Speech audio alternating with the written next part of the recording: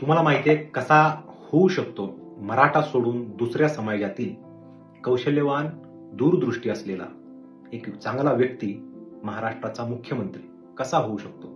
यावरती आपण कधी विचार केलाय? करायला पाहिजे. सविस्तर मी आपल्याला त्याची माहिती देतोय येणाऱ्या पुढच्या माझ्या याच व्हिडिओमध्ये, या टायटलवरती, एक युक्ती मराठा शक्ती.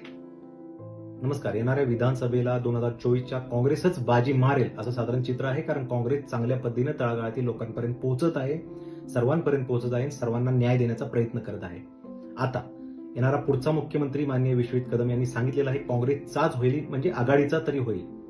तर माझी इच्छा आहे किंवा आपल्या सर्वांची इच्छा आहे, मुख्यमंत्री कोणी होईल, परंतु आपल्याला एक वर्ष का असेना किंवा एक दिवस का असेना, पण मराठा सोडून दुसऱ्या समाजातला एखादा तरी व्यक्ती, मग त्यातल्या त्यात मोठे जे समाज आहेत ज्यांना संधी मिळालेल्या नाहीत, अशा समाजातला एखादा तरी व्यक्ती एक वर्ष